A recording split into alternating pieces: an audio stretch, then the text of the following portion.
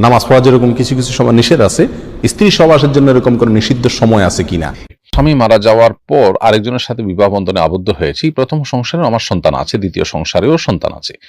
প্রথম স্বামীর ত্যায্য সম্পত্তি থেকে আমি যে সম্পদ পেয়েছি আমি মারা যাওয়ার পর, এতে কি আমার দ্বিতীয় সংসারের সন্তানরাও হকদার হবে? দীর্ঘদিন ধরে স্কিনের সমস্যায় ভুগছি। যেখানে থাকি এখানে কোনো মহিলা ডার্মাটোলজিস্ট পাচ্ছি না। গাইনোকোলজির একজন মহিলা চিকিৎসক দেখিয়েছিলাম, তবে সেরকম কাজ হয়নি। এমত অবস্থায় আমি কি কোনো পুরুষ ডার্মাটোলজিস্টকে দেখাতে পারবো কিনা? উত্তর নেই। কালো ছাড়া অন্য রঙের বোরকার মাধ্যমে কি পর্দা হবে? মহিলারা ব্যাডমিন্টন খেলতে পারবে কিনা? উত্তর, যাকে বিয়ে করব না বলে কসম করেছিলাম পরবর্তীতে তাকেই বিয়ে করি, কাফারা দেইনি, এখন শারীরিক সম্পর্ক হলে কি জেনার গুনাহ হবে? মহিলারা চুল আঁচড়ানোর সময় স্বাভাবিকভাবে অনেক চুল ছিঁড়ে যায়। গ্রামে কিছু ফেরিওয়ালারা এই চুল কিনতে আসে, এই চুল বিক্রি করা বৈধ হবে কিনা? মা খালার বাড়িতে থাকতে চায়, কিন্তু সেখানে গেলে তারা একসাথে বসে গিবত করে এবং সেখানে যেতে বাধা দেই, মাঝে মাঝে রাগারাগিয়ে করি, এদিকে আমার গুনাহ হবে? পর্দার ভেতরে মহিলারা ব্যাডমিন্টন খেলতে পারবে কিনা? উত্তর হলো পারবে, কোনো অসুবিধা নেই। যদি শরীয়ী পর্দা লঙ্ঘন না হয় সেক্ষেত্রে তারা তাদের মতো করে ব্যাডমিন্টন খেলতে পারবেন। যাকে বিয়ে করব না বলে কসম করেছিলাম পরবর্তীতে তাকেই বিয়ে করি, কাফারা দেইনি, এখন শারীরিক সম্পর্ক হলে কি জেনার গুনাহ হবে?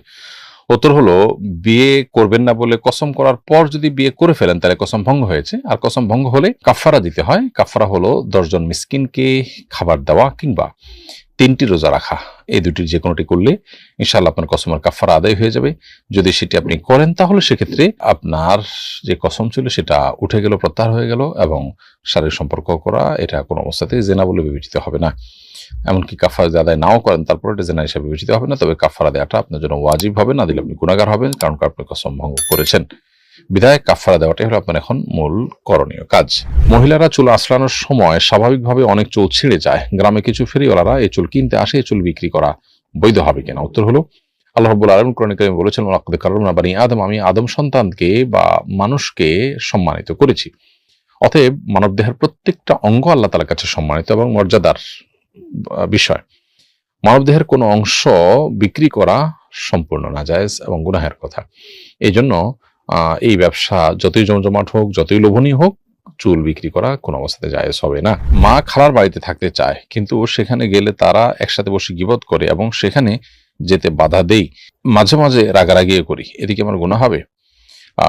মা খালার বাড়িতে যেতে চান, কিন্তু সেখানে গেলে তারা গিবত শিকায়াত করেন, তো আপনি সন্তান হিসাবে তারা যেন গিবত শিকায়াত না করেন তাদেরকে নাসিহা করবেন, তাদেরকে উপদেশ দিবেন, আল্লাহর ভয় দেখাবেন। এতে যদি তারা ফিরে আসেন, ভালো না আসলে আপনি তাদেরকে এই গুনাহ থেকে বাঁচাবার জন্য অন্য কোনো উপায় অবলম্বন করতে পারেন, কিন্তু সেটা তাদের প্রতি বেয়াদবিমূলক হতে পারবে না। ধরুন দুজনকে দু জায়গায় রেখেছেন এবং তারা খুব মনোবেদনায় আছেন, কষ্টে আছেন, এরকমটি করা জায়েজ নেই। বোঝানোর ব্যাপারটা নম্রতার সাথে বোঝাবেন এবং তাদের সঙ্গে দুর্ব্যবহার করবার কোনো ইখতিয়ার আপনার নেই। এরপর যদি তারা গুনাহে লিপ্ত হন সেক্ষেত্রে তার দায়ভার তাদের উপরে, আপনি আপনার জায়গা থেকে চেষ্টা করেছেন, জাস্ট এটুকুই আপনার জন্য যথেষ্ট ইনশাআল্লাহ তাআলা। ফুফুকে যাকাত দেওয়া যাবে কিনা? উত্তর হলো হ্যাঁ, ফুফুকে যাকাত দেওয়া যাবে যদি তিনি যাকাতের উপযুক্ত হন। কারণ ফুফু এমন কোনো ব্যক্তি না যার ভরণ পোষণ আপনি দিতে বাধ্য। যার ভরণ পোষণ আপনি দিতে বাধ্য থাকে আপনি যাকাতের টাকা দিতে পারবেন না। ধরুন আপনার সন্তান সন্ততির ভরণ পোষণ আপনার উপরে বর্তায়, বিধায় আপনি তাদেরকে যাকাতের টাকা দিতে পারবেন না। তো ফুফু যেহেতু এমন মানুষ যার ভরণ পোষণ আপনার কর্তব্যের মধ্যে পড়ে না, আপনার দায়িত্বের মধ্যে, ফরজ না, আপনার উপরে অধিকার হিসাবে তার থাকে না, সেজন্য যাকাতের উপযুক্ত যদি মনে হয় আপনার ফুফুকে, তাহলে অবশ্যই আপনার নিজের যাকাতের টাকা তাকে দিতে পারবেন। বরং নবী করিম সাল্লাল্লাহু আলাইহি ওয়াসাল্লাম বলেছেন, আস-সাদাকাতু আল মিসকিন, সাদাকা সাধারণ মিসকিনকে দান করলে সেটা একটা দানের সওয়াব এনে দেয়। ওয়াস-সাদাকাতু আলা যিল কুরবা সিলাতুন ওয়া সাদাকাতুন, আর যদি দানটা হয় কোন আত্মীয় স্বজনের জন্য, নিকট আত্মীয়ের জন্য, রক্ত সম্পর্কে আত্মীয়কে দান করা হয়, তাহলে সেক্ষেত্রে আত্মীয়তার বন্ধন রক্ষার সওয়াব এবং দানের সওয়াব ডাবল পাওয়া যায়। তো এই জন্য আপনি নির্দ্বিধায় এখানে দান হিসাবে সাদেকা বা যাকাত দিতে পারবেন যদি তিনি যাকাতের হকদার হন। 17 বছর বয়সী ভাইয়ের সাথে সফর করা যাবে কিনা? উত্তর হলো হ্যাঁ, 17 বছর বয়সী ভাই একজন প্রাপ্তবয়স্ক পুরুষ শরীয়ত দৃষ্টিকোণ থেকে, ফলে আপনি একজন নারী হিসাবে তাকে মাহরাম গণ্য করে সাথে নিয়ে সফর করতে পারবেন, কোনো অসুবিধা হবে না। সালাতের সময় আশপাশে মানুষ থাকলে আমার ডিস্টার্ব হয়, অনেক সময় রিয়াও হয়ে যায়, তাই আমি একা একটা অন্ধকার ও নির্জন স্থানে সালাত পড়ি। এ সম্পর্কে শরিয়া কি বলে? উত্তর হলো, পুরুষের জন্য ফরজ নামাজ মসজিদে যেয়ে পড়া সুন্নাত মুআক্কাদা, এর জন্য ফরজ নামাজ মসজিদে গিয়েই পড়া উচিত, আর নফল নামাজ নির্জনে বা অন্ধকারে পড়া যেতে পারে।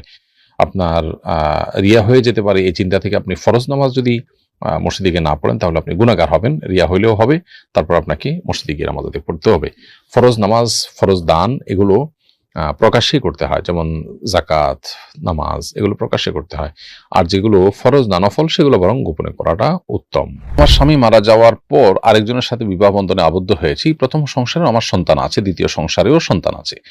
প্রথম স্বামীর ত্যায্য সম্পত্তি থেকে আমি যে সম্পদ পেয়েছি আমি মারা যাওয়ার পর, এতে কি আমার দ্বিতীয় সংসারের সন্তানরাও হকদার হবে? উত্তর হলো হ্যাঁ। আপনার যে সন্তানরা সরাসরি আপনার গর্ভ থেকে দুনিয়াতে এসেছেন তারা সবই আপনার সন্তান। অতএব আপনি প্রথম স্বামী থেকে পান কিংবা দ্বিতীয় স্বামী থেকে পান, উপার্জন করে নেন কিংবা কেউ আপনাকে গিফট করুক, যে সম্পদগুলো আপনি রেখে যাবেন আপনার মৃত্যুর পর সেগুলো আপনার সন্তানরা সবাই সেগুলোর ভাগ পাবে। হ্যাঁ, আপনার কোনো স্বামীর অন্য স্ত্রী থেকে আসা সন্তান যারা, তারা আপনার সন্তান, গর্ভস্থ সন্তান, আপনার গর্ভের সন্তান নয়, যার কারণে তারা আপনার মিরাসের অংশ পাবে না। আমি দীর্ঘদিন ধরে স্কিনের সমস্যায় ভুগছি, যেখানে থাকি এখানে কোনো মহিলা ডার্মাটোলজিস্ট পাচ্ছি না। গাইনোকোলজির একজন মহিলা চিকিৎসক দেখিয়েছিলাম, তবে সেরকম কাজ হয়নি। এমত অবস্থায় আমি কি কোনো পুরুষ ডার্মাটোলজিস্টকে দেখাতে পারবো কিনা? উত্তর হল হ্যাঁ, অবশ্যই বোন, আপনি দেখাতে পারবেন। যদি কোনো নারী চিকিৎসক আপনার এই রোগের জন্য ভালো না পান, তাহলে সেক্ষেত্রে পুরুষ চিকিৎসকের কাছে আপনি দেখাতে পারবেন। যেটুকু জায়গা না দেখালে নয়, সেটুকু জায়গায় শুধুমাত্র ডাক্তারকে আপনি দেখাবেন এবং পরিপূর্ণ পর্দা করে আপনি তার সেবা নিতে কোনো অসুবিধা নেই। কালো ছাড়া অন্য রঙের বোরকার মাধ্যমে কি পর্দা হবে? উত্তর হলো বোরকা কালো হতে হবে এমন কোনো শর্ত নেই। অতএব কালো ছাড়া অন্য কোনো রঙের বোরকার মাধ্যমেও পর্দা হতে পারে, তবে এত বেশি চকচকে যেন না হয় যেটা মানুষের দৃষ্টিকে, পরপুরুষের দৃষ্টিকে আকৃষ্ট করে। এরকম বোরকা যেন না হয়, সাদামাটা হয়, এবং যেটা বোরকার যে উদ্দেশ্য সৌন্দর্যকে ঢেকে রাখা, সেটা যেন নষ্ট না হয়, সেদিকটা খেয়াল করা। নামাজ পড়া যেরকম কিছু কিছু সময় নিষেধ আছে, স্ত্রী সহবাসের জন্য এরকম কোনো নিষিদ্ধ সময় আছে কিনা, এই প্রশ্ন উত্তর হলো না। দুটি সময় নির্দিষ্ট করে বলা যায় যে এই সময়গুলোতে সহবাস করা জায়েজ নেই, হারাম। তার একটা হলো মাসিক যখন হয় তখন, এবং সন্তান হওয়ার পরে যে রক্ত যতদিন থাকে ততদিন, নেফাস হয় যতদিন, সেটা সেই সময়। আরেকটা হলো যে ফরজ রোজা যদি রাখা হয় রমজান মাসে, তাহলে ওই রোজা অবস্থাতে। এই দুই সময় ছাড়া পুরুষের জন্য স্ত্রী সহবাস বা স্ত্রীর জন্য স্বামী সহবাস কোনো অবস্থাতে আর নিষেধ না। অনেকেই বলেন যে অমুক সময় সহবাস করা মাকরুহ, অমুক সময় সহবাস করা হারাম, অমুক সময় সহবাস করা ঠিক না। এগুলো সব মন গড়া কথাবার্তা, ভিত্তিহীন কথাবার্তা। এর সাথে ইসলামী শরিয়ার কোনো সম্পর্ক নাই। অনেক চটি বই টই বাজারে পাওয়া যায়, অনেক সময় সমস্ত বই পুস্তকে লেখা থাকে যে এই সময় সহবাস করলে এই বাচ্চা এরকম হয়, এই সমস্যা হয়, ওই অসুবিধা হয়, এই সময় সহবাস করা ঠিক না। এগুলো সবগুলা ভুয়া এবং ভিত্তিহীন কথাবার্তা। চিকিৎসা বিজ্ঞানীদের যদি কোনো পরামর্শ থাকে ভরা পেটে করা ঠিক না বা অমুক তমুক, এরকম যদি কোনো থিওরিক্যাল কথা কোনো ডাক্তার, কোনো বিশ্বস্ত কোনো মানুষ বলে থাকেন, তাহলে সেক্ষেত্রে সেটাকে আপনি আমলে নিতে পারেন। কিন্তু ইসলামী শরিয়ার পক্ষ থেকে আপনার জন্য কোনো সময় সহবাস করা নিষেধ নয়, মাকরুহ নয়। আবার কোনো সময় সহবাস করলে বেশি উত্তম হবে, ভালো হবে, সন্তান ভালো আসবে বা ভালো কোনো ফল আসবে, এরকম কোনো জিনিসও ইসলামী শরিয়াতে নাই। এটা সম্পূর্ণ যার যার অভিরুচির উপর নির্ভরশীল, যার যার অভিরুচি অনুযায়ী যে কোনো সময় সহবাস করতে পারে।